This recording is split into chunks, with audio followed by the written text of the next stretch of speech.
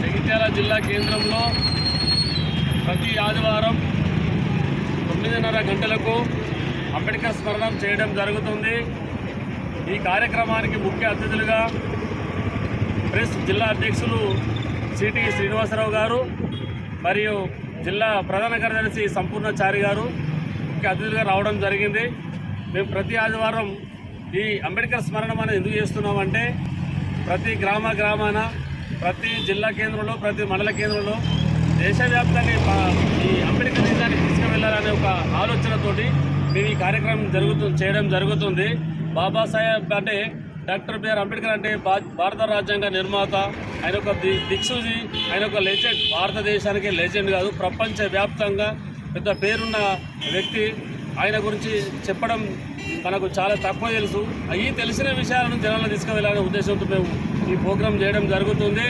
ఇలా పార్లమెంట్లో ఆనాడు ఇలా భారత రాజ్యాంగ నిర్మాత అయినటువంటి డాక్టర్ బాబాసాహెబ్ అంబేద్కర్ గారు మహిళలు రోడ్ల మీద తిరుగుతున్నారు, అది జరుగుతుంది. దేశవ్యాప్తంగా డాక్టర్ బాబాసాహెబ్ అంటేనే ఆయన ఒక దేవుడితో సమానంగా పోల్చుకోవాలి. మేమైతే రోజు ఉదయాన్నే బాబాసాహెబ్కు నమస్కారం పెడతాం, పూజ చేసినట్టు ఆయన పాదాలకు మేము నమస్కారం చేస్తాం. అట్లాగే ఇలా ఓ ఎంపీ అభ్యర్థి అయినా, ఓ ఎమ్మెల్యే అభ్యర్థి అయినా, ఒక జడ్పీ చైర్మన్, రాష్ట్రపతి, ప్రధానమంత్రి, ముఖ్యమంత్రి ఎవరైనా ఇలా బడుగు బలహీన వర్గాలు అంటే దయచేసి ఎవరి వరకు బడుగు బలహీన వర్గాలు అంటే అందరి ఇళ్ళకి ఒక నాయకుడు, పెద్ద నాయకుడు వస్తున్నాడు అంటే ఇలా డాక్టర్ బిఆర్ అంబేద్కర్ పెట్టిన భిక్ష. ఎందుకు అంటే అది ఓటు హక్కు. ఆ ఓటు హక్కు కల్పించి కూడా డాక్టర్ బిఆర్ అంబేద్కర్ గారే కాబట్టి ఈ విషయాలన్నింటినీ తెలియని వాళ్ళు ఇవ్వలేరు. కానీ తెలియని వాళ్ళకి ఇంకా చాలామంది వాటి తెలిసే విధంగా మేము ఈ ప్రోగ్రాం చేయడం జరుగుతుంది. ఈరోజు వచ్చినటువంటి ముఖ్య అతిథులు ముందుగా మన జిల్లా ప్రధాన కార్యదర్శి సంపూర్ణచారి గారు మాట్లాడతారు. ఆ తదుపరి మళ్ళీ జిల్లా అధ్యక్షులు సిటీ శ్రీనివాసరావు గారు మాట్లాడతారు. అంబేద్కర్ కార్యక్రమానికి ప్రభుత్వ భారత ఆధ్వర్యంలో ఈ పూలదండ వేసి గౌరవించుకునే ఈ కార్యక్రమానికి జర్నలిస్ట్ యూనియన్ తరఫున మమ్మల్ని ఆహ్వానించిన మిత్రులకు ముందుగా ధన్యవాదాలు.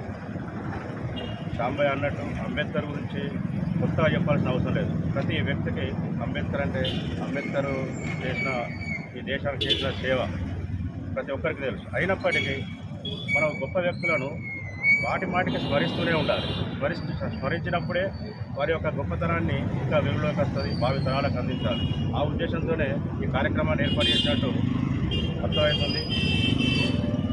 అంబేద్కర్ యొక్క జీవితాన్ని పరిశీలిస్తే ఎన్నో కష్ట నష్టాల కోర్చు అంటే ఆయన ఉండడం అనేది ఒక సరే అప్పుడున్న అంటరాని కులం అనే పేరు చెప్పుకునే ఒక మహారు కులంలో జన్మించి కేవలం చదువు ద్వారానే, ఉన్నత విద్య ద్వారానే ఈ అంటరానితనాన్ని అనేది రూపుమాపచ్చు. సమాజంలో ఉన్న ఈ జాడ్యాన్ని రూపుమాపాలంటే ప్రతి ఒక్కరు విద్యావంతులు కావాలి. ఒకే ఒక లక్ష్యంతో ఆయన ప్రపంచంలో ఎవ్వరూ చదవని ఉన్నత చదువులను చదివాడు. ప్రపంచంలో మొట్టమొదటిసారి డాక్టరేట్ మన భారతదేశంలో డాక్టరేట్ తీసుకున్న వ్యక్తి ఆ కులాల నుంచి అంబేద్కర్.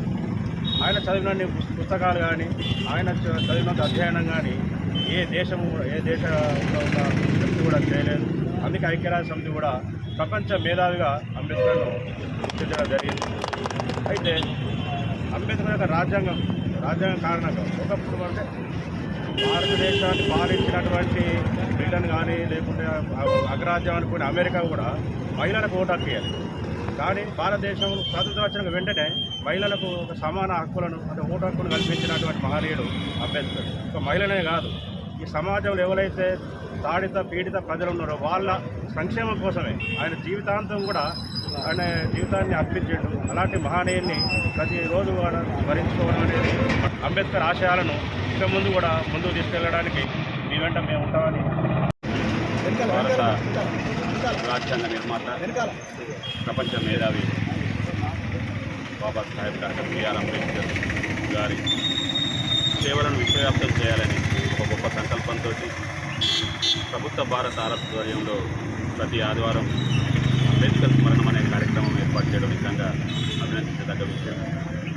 వారు చేసిన సేవలు గత తరానికి ఈ తరానికి తెలియనివి కావు, కానీ ఆయన సేవలను భవిష్యత్ తరాలకు అందించాలి. ఆయన సేవలను ఆదర్శంగా తీసుకొని యువత ముందుకు సాగాలి. మన భారతదేశ కీర్తిని మరింత చాటి చెప్పాలనే ఒక గొప్ప సంకల్పంతో ఈ కార్యక్రమం చేయడం అభినందనీయం. ఈ కార్యక్రమానికి నిర్వాహకులుగా ఉన్న వారందరికీ, శ్యామల కానీ ఇతర నారాయణ వీళ్ళందరి మిత్రులందరికీ పేరు పేరును మా జిల్లా యూనియన్ పక్షాన ధన్యవాదాలు తెలియజేస్తున్నాను. శ్యామన్న చెప్పినట్టు, సంపూర్ణ చెప్పినట్టు అంబేద్కర్ ఒక వర్గానికి చెందినవాడు కాదు, అందరివాడు, అందరి మేలు కోసం తాపత్రయపడ్డవాడు. తన జీవితాన్నే పణంగా పెట్టి ఎన్నో దేశానికి సేవలు చేసి ప్రపంచ మేధావిగా గుర్తింపు పడ్డ అంబేద్కర్ గురించి ఎంత చెప్పినా తక్కువే. నిజంగా ఆయనే లేకుంటే ఈరోజు ఈ బడుగు బలహీన వర్గాలకి రాజ్యాధికారంలో వాటా, ఇతరత్ర హక్కులు ఏవి దక్కేవి కావనేది మనం కంఠపదంగా చెప్పొచ్చు. ఆయన చేసిన చట్టాలు రాజ్యాంగ పరంగానే ఇలా బడుగు బలహీన వర్గాలకి వాళ్ళంతా ఎమ్మెల్యేలు, ఎంపీలు, ఎమ్మెల్సీలు, రాజ్యసభ సభ్యులు అవుతున్నారంటే నిజంగా ఆయన చలవే. ఇలా బడుగు బలహీన వర్గాల కోసం ప్రత్యేకంగా రిజర్వేషన్ కల్పించి కొన్ని స్థానాలను కేటాయింపజేసి ఆయా స్థానాల్లో వారే పోటీ చేయాలి, వారికే అవకాశం ఉండాలనేది ఒక గొప్ప సంకల్పం. అంటే ఆ రోజు ఆయన అప్పటి పరిస్థితికి అనుగుణంగా కాకుండా భవిష్యత్ తరాలకు ముందు చూపుతోటి ఎట్లా ఉంటుంది, పరిస్థితి ఎలా ఉంటుంది, ఆ పరిస్థితికి అనుగుణంగా మనం ఎలా తయారు చేయాలి రాజ్యాంగాన్ని అని చెప్పేసి రాజ్యాంగాన్ని తయారు చేసిన మహనీయుడు. నిజంగా ఆయన వేదాల శక్తిని మనం నిజంగా ఒక్కోసారి ఆలోచిస్తే ఆయన అంత ఆ కాలంలో ఇంత మేధాశక్తి ఎలా వచ్చిందనేది నిజంగా చెప్తున్న ఒక సందర్భంలో అందుబాటులో. ఆయన ఒక చిన్న అణగారిన వర్గంలో పుట్టి అంటరానితనం, ఆ కుల వివక్షను కల్లారా చూసిన వ్యక్తి. అలాంటి నాకు వచ్చిన సమస్య, నాకు వచ్చిన పరిస్థితి ఇతరులకు రావద్దు అని చెప్పేసి ఆయన ఎంతో కష్టపడి నిజంగా చెప్తున్న అణగారిన వర్గాల కోసం ఆయన తాను త్యాగం చేయడానికైనా సిద్ధపడ్డ అంబేద్కర్ నిజంగా మహనీయుడు.